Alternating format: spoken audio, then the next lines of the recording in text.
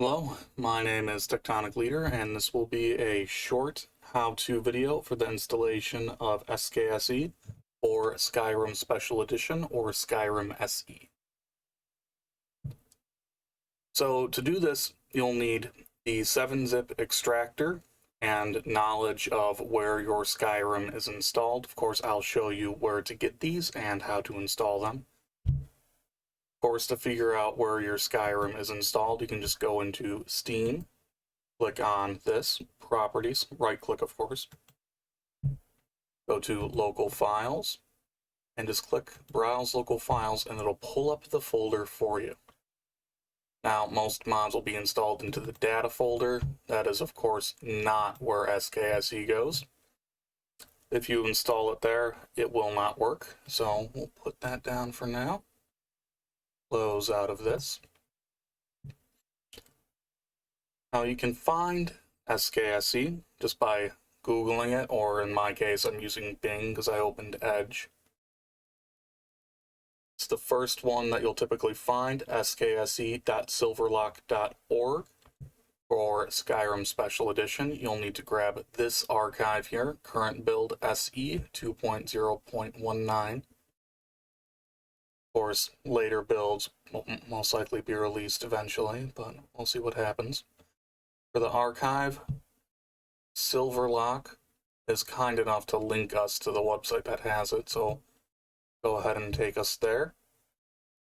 You'll want to grab the 64-bit newer version, 20.02 alpha down here. See, this is 32-bit and this is 64-bit ARM 64. Typically, you won't need that. You'll want to grab this version, 64-bit by 64. We'll open this up. Just hit yes. Install it to the archive there. We're all set. Take it on back, and we will grab the archive. You'll want to click Show in Folder, and then 7-zip, Open Archive. So now you'll see this SKSE 64, blah, blah, blah, blah, blah, whichever version's there. Okay, we'll move this off over here for right now. We'll pull up our Skyrim Special Edition folder. Move that over here. So what you're going to want to do, just highlight everything.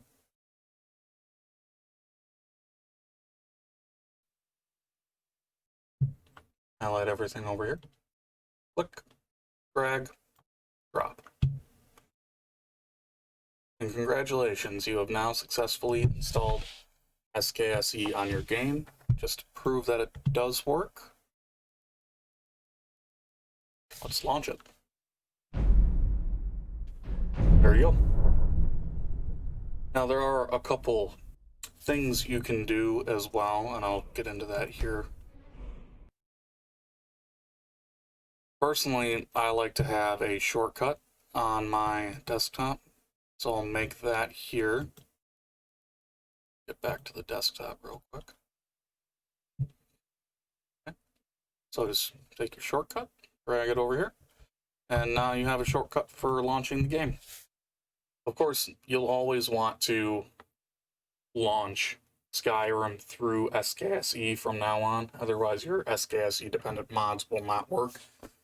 A lot of times they'll even send you a warning saying that SKSE is not running or your SKSE version is out of date. If you're doing that, something is wrong. Now, occasionally when you first start your computer, you'll launch it through SKSE and it'll pop up the Skyrim start block, like play games and lets you adjust the video settings. If that pops up, SKSE is not running. Don't fall for that trap.